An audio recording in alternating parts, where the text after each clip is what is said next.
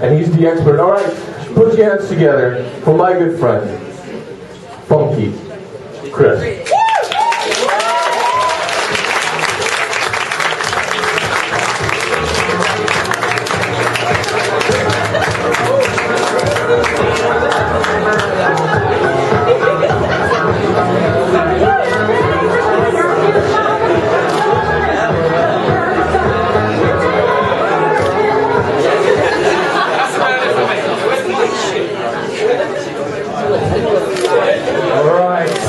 Me. I mean, that was Bee Gees.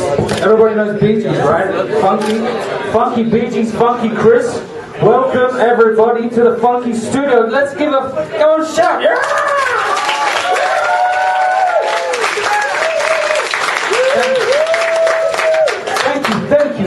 Thank you. There's a lot of you fucking here today, man. Shit, I'm stressed. People have asked me, am I stressed today? I think. Does this answer your question?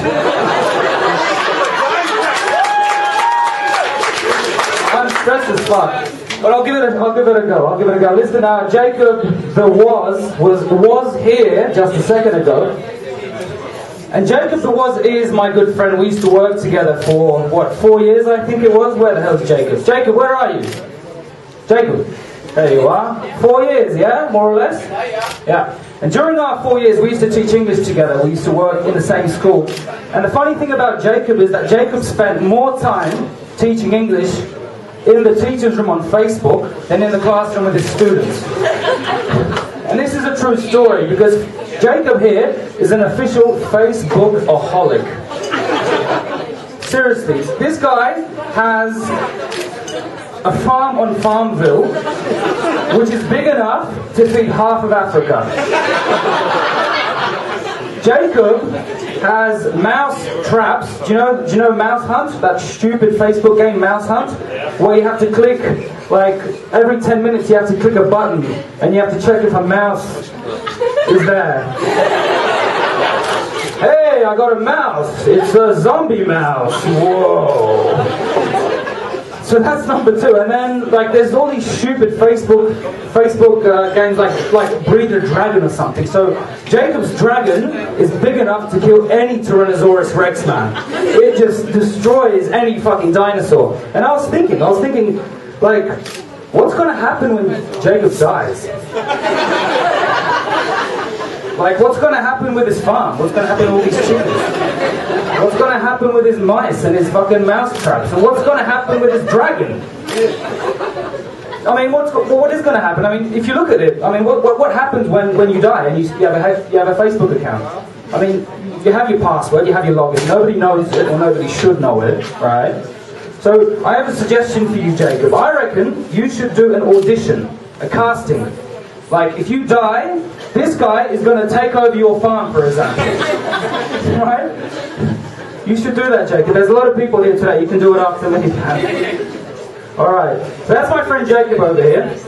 But it is St. Patrick's today, and there's a lot of you here. I don't know how many of you here, but there's a lot. I think we should all give it up for you over here, for the audience, yeah? Are you having a good time? Are you here? Yeah! You guys are great. Anyway, guys,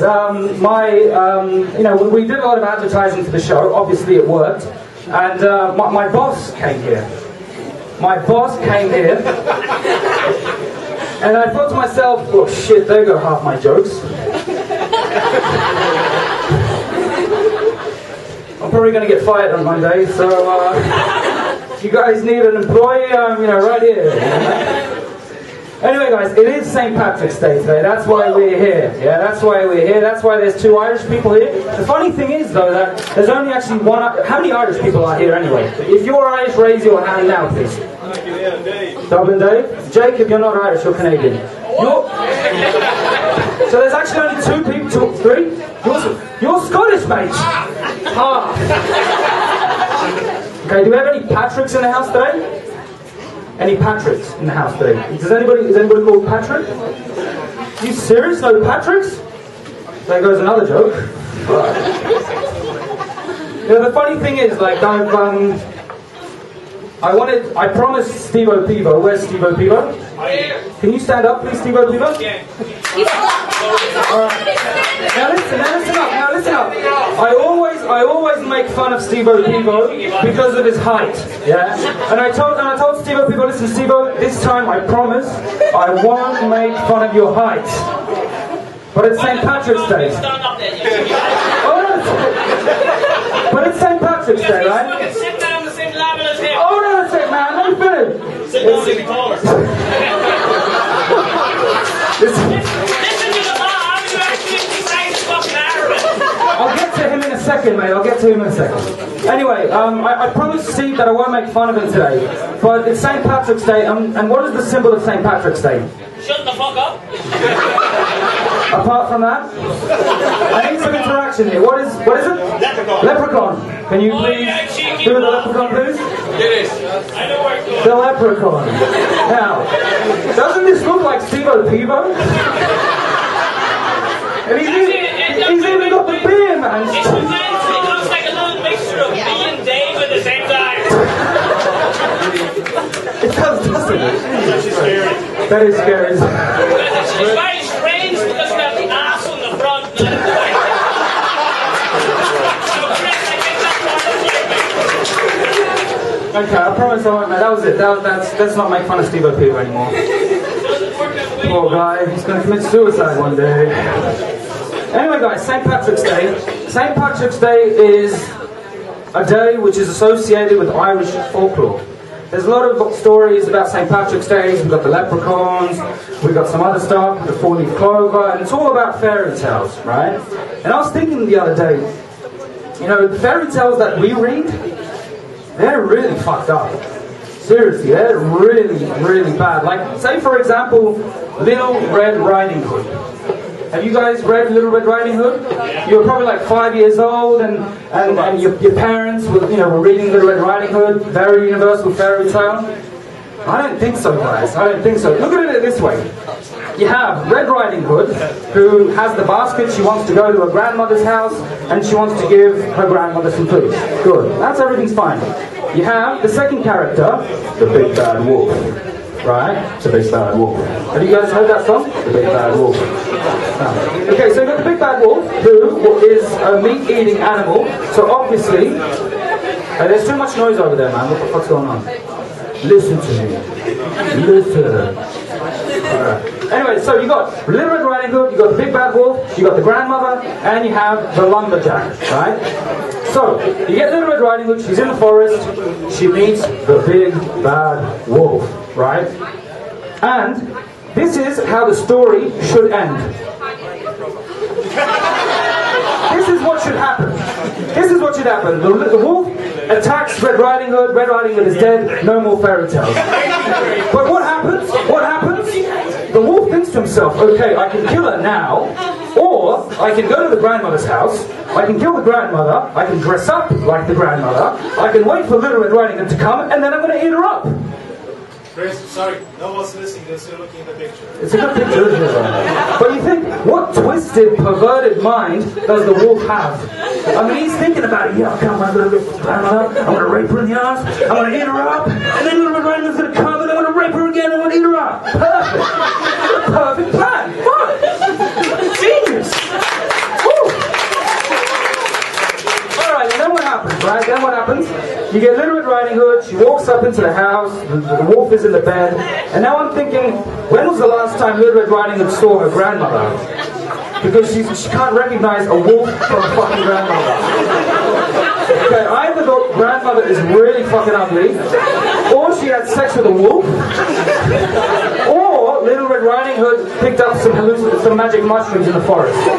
One of those three, you know? So anyway, what happens is they go in. The wolf says, "Yeah, rah, I'm gonna eat you up, rah." They eat up. The wolf, after eating up the grandmother, eats up Red Riding Hood, sits in the bed. All of a sudden, the lumberjack comes in. The lumberjack comes in, cuts the fucking wolf's head off, opens up his stomach. Little Red Riding Hood comes out. The grandmother come out, and they all live happily ever after. Now, I don't understand how you can live happily ever after a trauma like that, man. I mean, you can just eat it up by a fucking wolf. Your grandmother's been eaten up by a wolf, and a lumberjack saved you, cutting off the wolf's fucking head. How does that work? I don't understand it. Okay, another one. I have to finish very quickly, right, Jacob? Okay, 2 minutes. Yeah, 2 or 3 minutes. That's fine. All right. Guys, just to be more, national, Bolek and Lolek. Yeah, we've all seen Bolek and Lolek? Of course. Put Bolek and Lolek on. We've got Bolek and Lolek, right? They seem like cool guys. I'd like you to notice one thing, that Bolek has a round head, Lolek has an oval head. Bolek has hair on his head, Lolek has 3 or 4 hairs on his head. Now look at the biceps of Bolek. This guy doesn't work out very much, yeah? Look at Lolek, man. His fucking arm is huge, man. And you think to yourself, are these guys brothers? I mean, even if they are brothers, then where are the parents? Have you guys ever seen Bolek and Lolek's parents? Where are they? Did they die? Maybe different fathers. Maybe they have different fathers. Or maybe they're just homosexuals. That's what they are. That's what I think they are. And that's what we teach little kids. Little Bolek and Lolek over there. Crazy shit. Okay, guys. But looking at parents, and this is my last joke, Jacob. Okay, last one. Another fairy tale. Hansel and Gretel.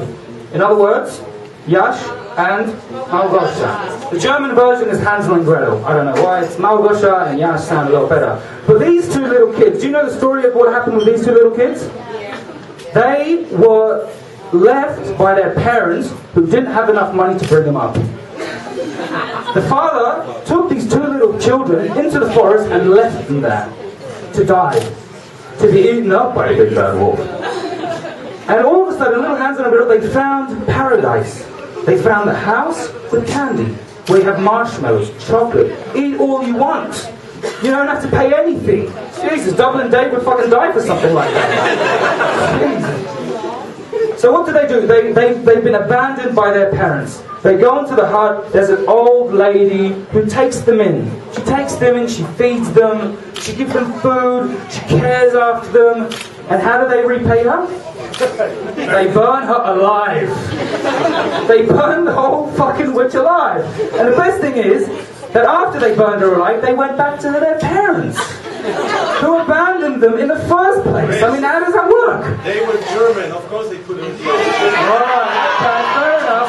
Okay, fair enough. Listen, guys, the moral from my stand-up is, do not read fairy tales to your kids unless you want to have a kid who looks like and who behaves like Antoni Macierewicz. Thank you very much.